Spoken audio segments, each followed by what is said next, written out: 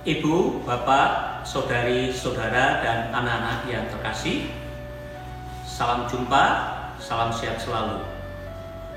Baru saja kita merayakan peristiwa Natal, dan tanpa terasa kita sekarang akan memasuki rangkaian Prapaskah dan dilanjutkan nanti dengan Pekan Suci. Tentu kita tidak ingin bahwa semuanya berlalu begitu saja. Kita ingin mengisi dengan kegiatan-kegiatan yang masih dimungkinkan. Namun dalam melaksanakan kegiatan itu, mau tidak mau kita harus mempertimbangkan beberapa hal berikut ini. Pertama, yakni situasi terkini. Situasi terkini berbicara bahwa pandemi COVID ternyata masih belum selesai. Kasus positif masih cukup tinggi dan bahkan masuk ke dalam ranah keluarga. Berikutnya kita juga tahu bahwa sekarang ini muncul varian baru dari virus corona. Itu yang pertama.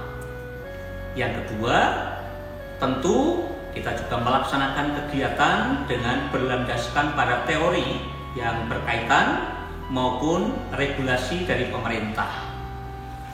Regulasi dari pemerintah saat sekarang ini kita mengenal apa yang disebut dengan PPKM, pemberlakuan pembatasan kegiatan masyarakat, di mana di dalamnya juga tercakup berkaitan dengan jumlah orang yang boleh berkumpul maupun juga dengan pembatasan waktu.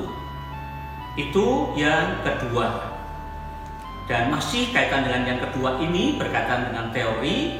Tentu dalam teori, entah itu liturgi, entah teologi dan lain sebagainya, ada hal-hal yang prinsip, hal yang wajib, ada yang fakultatif. Maka nanti dalam pelaksanaan kegiatan kita akan memodifikasi. Dan kemudian catatan yang ketiga berkaitan dengan protokol kesehatan. Untuk yang satu ini kita sudah sangat hafal, memakai masker, menjaga jarak sekurang-kurangnya 1,5 meter, kemudian juga mencuci tangan, dan yang tidak kalah pentingnya kita membatasi atau menghindari kerumunan dan kontak fisik. Dan juga berkaitan dengan penggunaan waktu, sebisa mungkin kurang lebih sekitar 1 jam, paling banter 1/4 atau 1,5 jam. Itu berkaitan dengan pertimbangan dalam melakukan kegiatan selama rangkaian Prapaskah maupun juga selama masa Paskah nanti. Dan bagaimana penerapan kalau kita dihadapkan dengan situasi dan kenyataan seperti itu, ada beberapa catatan juga. Pertama, tentu nanti di gereja kita sudah tahu tidak disediakan air suci. Yang berikutnya, ritus berlutut diganti dengan duduk atau berdiri. Dan kalau ada perarakan, sekarang ini terpaksa ditiadakan. Dan lagu pun juga kita batasi. Selama ini hanya lagu pembuka, lagu penutup. Di sela-sela itu dimungkinkan nanti instrumental, dan penggunaan bersama sangat dibatasi atau malahan dihindari, entah itu buku, mic, dan lain sebagainya. Dan ini nanti akan digantikan beberapa dengan penggunaan teks digital, entah itu lagu, entah itu buku. Dan dari semuanya itu, mau tidak mau sekarang kita harus mengusahakan sesuatu yang lain. Kalau selama ini fokus kegiatan terpusat di gereja secara fisik, maka sekarang kita juga harus melihat bahwa dalam banyak hal itu tidak dimungkinkan, maka kita harus melihat di dalam keluarga kita masing-masing. Disinilah kita bicara apa yang disebut dengan gereja keluarga. Maka nanti kegiatan dalam beberapa hal bisa dan bahkan cukup diadakan di tengah-tengah keluarga bersama anggota keluarga. Maka mari kita mencoba melihat rangkaian dari Prapaskah sampai dengan Pekan Suci sekurang-kurangnya, karena nanti untuk masa Paskah tidak terlalu banyak catatan. Kita melihat satu persatu. Pertama, untuk yang Rabu Abu, Rabu Abu nanti pemberkatan abu dilaksanakan di dalam gereja, dan pembagian abu bukan di dalam gereja, tapi nanti akan dilakukan di keluarga masing-masing.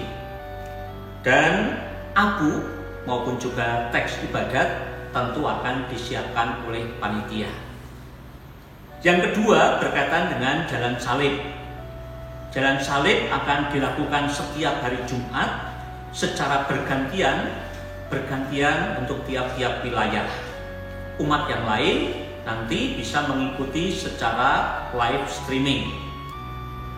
Yang ketiga, untuk sakramen tobat. Sakramen tobat akan diadakan atau disiapkan melalui ibadah tobat yang kita adakan 3 kali secara berturut-turut nanti, supaya nanti bisa diikuti oleh semua umat atau sebanyak mungkin umat. Dan ini juga bisa diikuti secara live streaming. Dan pelaksanaan penerimaan sakramen tobat hanya untuk Anda yang betul-betul sangat membutuhkan atau memang dianggap itu sudah merasa mengganggu kehidupan sehari-hari. Jadi bukan sekedar rutinitas. Yang keempat, untuk acara atau upacara Minggu Palma. Minggu Palma, pemberkatan daun palma dilakukan di dalam gereja. Tidak ada pembagian daun palma ataupun juga tidak ada perarakan, dan daun palma ini disiapkan oleh Anda sendiri, baik itu untuk pribadi masing-masing atau juga untuk keluarga. Itu catatan untuk yang Minggu Palma. Kamis Putih yang kelima. Dalam upacara Kamis Putih, di sana ada pembasuhan kaki, tentu sekarang tidak dimungkinkan. Dan berkaitan dengan acara tuguran nanti juga akan diikuti secara live streaming. Itu untuk yang Kamis Putih. Yang keenam, upacara Jumat Agung. Upacara Jumat Agung di sana ada kisah sengsara maupun juga doa umat meriah yang biasanya dinyanyikan. Tapi sekarang tidak dimungkinkan, maka hanya akan dibacakan. Lalu perarakan salib juga ditiadakan, dan penghormatan salib dilakukan secara massal dan sudah diletakkan nanti ditempatkan di depan altar. Dan yang ketujuh, untuk malam Paskah. Malam Paskah upacara akan dilakukan bukan di luar gereja, tapi di dalam gereja. Dan kita juga tahu untuk upacara malam Paskah ada exsultet, ada litani orang kudus. Ini juga tidak dinyanyikan, tetapi cukup dibacakan, mengingat durasi waktu yang tidak akan bisa terpenuhi. Dan yang terakhir, untuk yang hari raya Paskah, tentu tidak banyak perubahan di sana, berlangsung seperti kalau kita mengikuti misa minggu-minggu biasa selama ini. Itulah Ibu Bapak, saudari-saudara dan anak-anak yang terkasih, rangkaian yang akan kita ikuti dimulai dengan Rabu Abu, kemudian sampai dengan hari raya Paskah nanti. Kita berharap bahwa semuanya berjalan dengan lancar, panitia menyiapkan dengan baik, dengan sempurna, dan kita pun juga bisa mengikuti dengan hikmat. Selamat mempersiapkan, Tuhan memberkati.